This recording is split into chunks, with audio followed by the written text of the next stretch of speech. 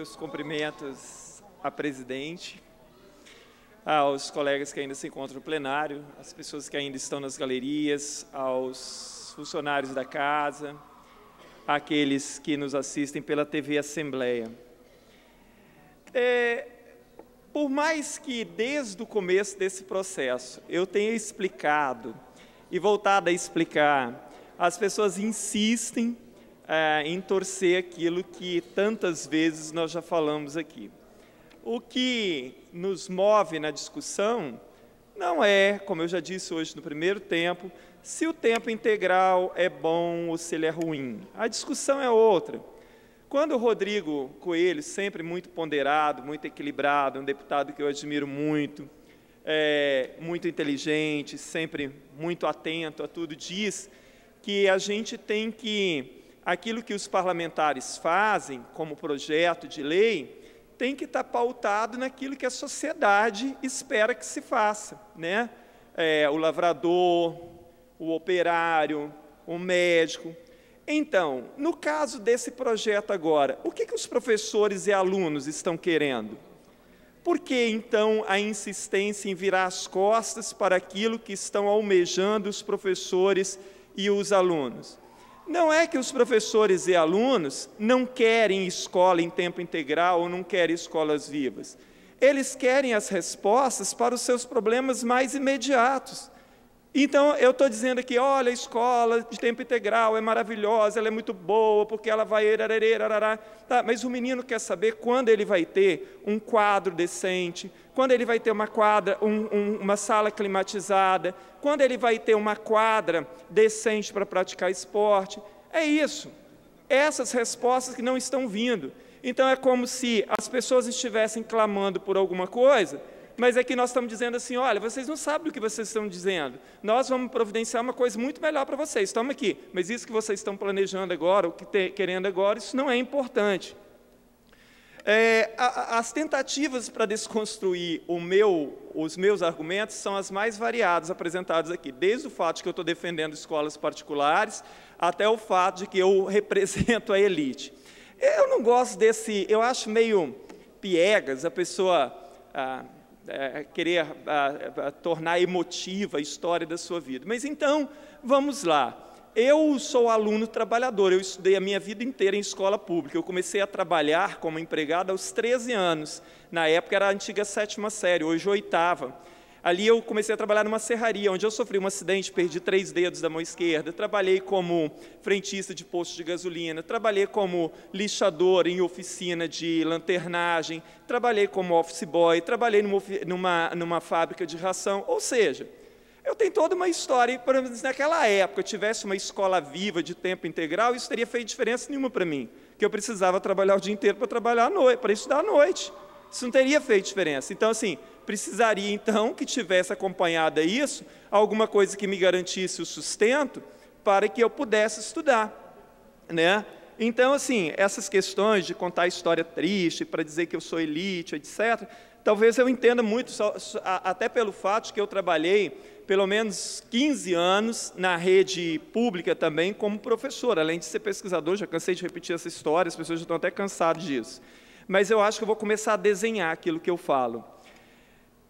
Eu queria voltar à questão do Plano Nacional de Educação.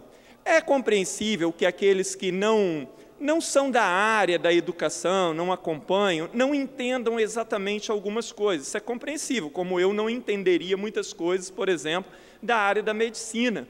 Deputado Hércules, o senhor, que é quase que uma celebridade nesse assunto. O Plano Nacional de Educação, o primeiro Plano Nacional de Educação, ele foi aprovado em 2001, na época do governo Fernando Henrique Cardoso. Ele teve a vigência de 2001 a 2010. Aquele plano, ele não chegou a ter 20% das suas metas cumpridas nesse período, por uma infinidade de coisas, mas a principal foi a falta de participação popular na sua elaboração e o descaso tanto do governo federal quanto dos governos estaduais. Esse projeto, o Plano Nacional de Educação, a vigência dele terminou em 2010, quer dizer, final de 2010 deveria ter tido um plano já aprovado para entrar em vigor em 2011, porque a validade seria 2011 e 2020. O Plano Nacional de Educação aprovado só no ano passado, ele tramitou 4 anos dentro do Congresso Nacional. Nós ficamos 4 anos sem um Plano Nacional de Educação, que deveria ser a principal política norteadora da educação brasileira. Foi aprovado, acho que ano passado, só porque era ano de eleição também. E esse Plano Nacional, qual é o valor dele em relação ao anterior? Que ele foi elaborado pela CONAI, ele foi elaborado pela Conferência Nacional de Educação. Então, ocorreram uma infinidade de conferências nos estados, depois em termos regionais, depois nacional, e foi elaborado pela conferência, quer dizer, pelos próprios trabalhadores e entidades ligadas à educação. O projeto foi entregue, o Plano Nacional de Educação foi entregue ao Congresso Nacional do jeito que a CONAI elaborou. Claro, ali ele sofreu mudanças, algumas mudanças no Congresso, mas relativamente poucas. E foi feito um projeto com 20 metas só. O Plano Nacional de Educação ele só tem 20 metas, ele tem mais de 200 estratégias, mas são 20 metas a serem cumpridas. Quer dizer, mais enxutas, mais reais, mais capazes de serem cumpridas. Então, nós estamos com um Plano Nacional de Educação como nunca ocorreu. E esse plano ele foi aprovado em 24 de junho do ano passado, quando então se deu 1 ano de prazo para estados e municípios aprovarem os seus planos municipais e estaduais. Quer dizer, primeiro, que quem está preocupado com a educação, ou quem entende educação, vinha acompanhando desde as conferências da CONAI em 2009. Quer dizer, o plano ele já era mais do que conhecido quando ele foi aprovado no Congresso. Quer dizer, eu conheci esse plano há mais de 5 anos, porque as mudanças foram muito pequenas. Então, porque apesar de tudo isso, dessa tramitação toda, de ter dado 1 ano de prazo, nós estamos com o tempo atropelado aí para aprovar aquilo que deveria ser o principal norteador da educação nos próximos 10 anos, e se houvesse empenho, deputado Guerino, o senhor que já foi gestor, né, e que é um parlamentar atuante, se houvesse empenho, nós avançaríamos muito nos próximos 10 anos, porque as metas, elas não são metas mirabolantes, né? Elas são metas que podem ser alcançadas sim, e se não alcançássemos no 100%, nós poderíamos alcançar por aproximação, sei lá, 80%, alguma coisa assim. Pois não, deputado Rodrigo Coelho. Quero primeiro felicitá-lo pela sua intervenção, deputado Majewski. Dizer que eu acompanhei as conferências, fui delegado da Conferência Nacional de Educação, representando a Assembleia Legislativa agora em 2014, que debatiu o sistema e a implementação do plano. Há uma avaliação geral de que o Plano Nacional de Educação, depois de muito tempo, deputado Nunes, é um plano exequível, né? Um plano que dá condições de sua implementação, um plano que nos permite fazer isso, e Vossa Excelência tem razão quando coloca a necessidade do diálogo.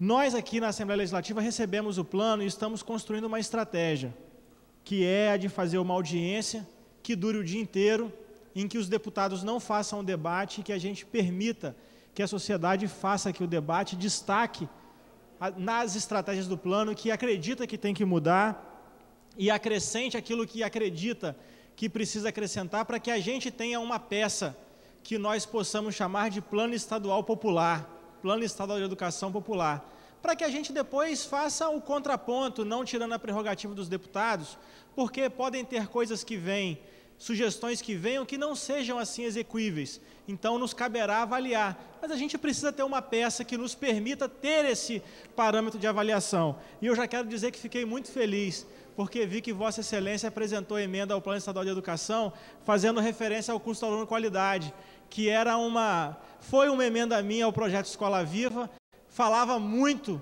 do custo aluno de qualidade, continuarei falando, e fico feliz que Vossa Excelência também adote esse mesmo discurso, porque significa que vamos construir juntos a educação que desejamos. Estamos no caminho, tenho certeza disso. Muito obrigado, deputado. Obrigado ao senhor, deputado Rodrigo Coelho. Então, não vai dar mais tempo, eu ia falar justamente sobre isso, né? Na verdade, voltando à questão da escola de tempo integral, o que faz deputado, uma escola ser boa... Pode usar uns 3, 4 minutos do meu tempo, eu sou o próximo. Ah, tá. Ouviu, né, presidente? Eu só queria... obrigado, deputado Guerino, o senhor sempre um cavalheiro.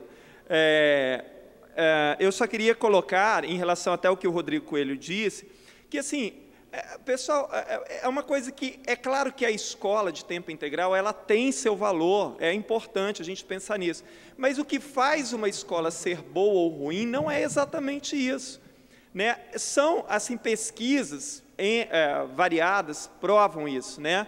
O que faz uma escola ser boa é a sua estrutura e a sua infraestrutura, a formação e a qualificação e valorização dos seus profissionais e dar condição de acesso e permanência ao aluno. Essas coisas podem modificar muito a educação, deputada Raquel. É claro que a educação de tempo integral pode ser um valor que vai agregar a isso e tudo mais, mas as necessidades básicas, que são insumos básicos de uma escola, são essas, não é o tempo integral. Porque se eu tiver um tempo integral sem resolver o problema crônico da formação e do salário do professor, por exemplo, isso não vai alterar muita coisa. Se eu não oferecer condições, principalmente para aquele aluno que precisa trabalhar, para que ele permaneça, porque, deputado Edson, o senhor que já foi gestor, né, ali em Guarapari, sabe muito bem, muito afinado com as causas da educação, que não basta você oferecer vagas nas escolas, você tem que oferecer a condição de permanência. Então, você tem que oferecer o acesso e a permanência, ou seja, criar condições para que esse aluno permaneça na escola, sob pena dele evadir-se, independente de qualquer condição. Porque a tendência numa escola de tempo integral é que ali, então numa escola de tempo integral se percebe que os alunos que frequentam ali, eles faltam menos, eles evadem menos. Por quê? Porque são justamente aqueles que vão poder ficar, são aqueles que ficariam numa escola de turno único, de meio turno também, que normalmente são de famílias mais estruturadas, ou famílias que têm uma condição financeira melhor e tal, e que não vão sair pelo próprio histórico, e não porque aquela escola é de tempo integral, e isso faz com que eles fiquem na escola por mais tempo. Então, assim, o debate sobre a educação, ele tem que ser mais amplo e mais profundo. Por isso, desde o começo, nós batemos na tecla de que o projeto Escola Viva deveria ser implantado apenas no ano de 2016, para que pudéssemos ter, pelo menos até o final do ano, para debater mais profundamente, não sobre o projeto apenas, mas sobre as condições da educação no Espírito Santo. Aliás, deputado Nunes, nós fizemos essas emendas, né? Todo mundo fez essas emendas, né, de que só o ano de 2016 fizemos uma emenda conjunta, e foi o pedido de alunos, de pais, da associação de pais, da associação de professores, quer dizer, nós falamos em nome deles, né? Então, infelizmente, essas emendas não foram acatadas, né? Porque, pelo que foi lido hoje aqui, não passou ainda a Constituição de Justiça, mas ainda, assim, ainda que comece em um outro prédio alugado, mas vai começar nesse ano, né? Deputado Guerino, muito obrigado pela gentileza de ter cedido parte do seu tempo. Obrigado, presidente Raquel.